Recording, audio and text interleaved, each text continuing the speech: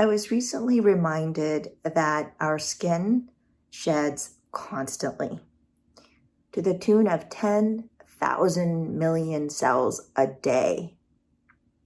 90% of household dust comprises of dead skin cells. We're constantly leaving tiny traces of ourselves wherever we go. Whether we mean to or not, or think about it or not, we leave behind a part of ourselves just by being there. Now, Andy and I are going through the tween years with our son. I want to call it the terrible tweens. Some days are just exhausting. The constant arguing about why does he have to do this or that. It's his stage of coming to decide for himself why he's doing what he's doing and thinking for himself. I appreciate this stage, and I'm glad he's thinking about things and making his own decisions. But it can be annoying and tiresome to have, you do this, so why can't I? Or you told me this, so why are you doing that? Thrown at you all the time. There's nothing like your inconsistencies, your double standards, your fails being pointed out to you by a 12-year-old. Some days are good. Some days I decided to do that because you told me it would be good for me. Or sometimes I decided to do that because I saw you do this.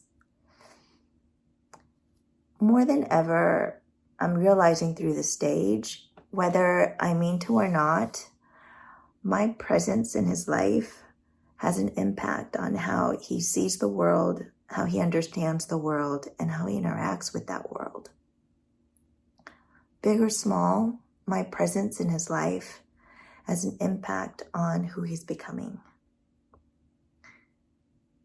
Just like the skin cells you're constantly shedding and leaving behind merely because you were there, your actions or inactions, what you say or don't say, will leave behind an impact. Because you said a kind word or because you didn't, will have a ripple effect. Because you reached out a hand or because you walked away, will have different outcomes.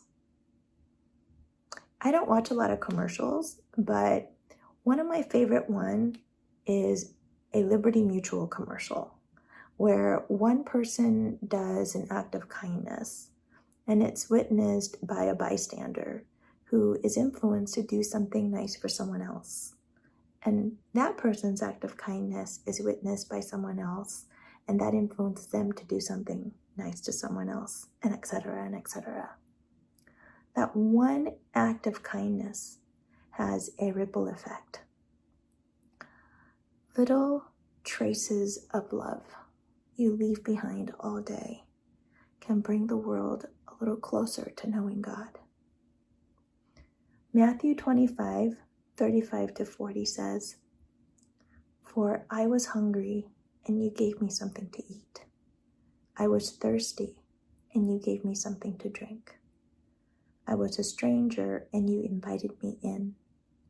I needed clothes, and you clothed me.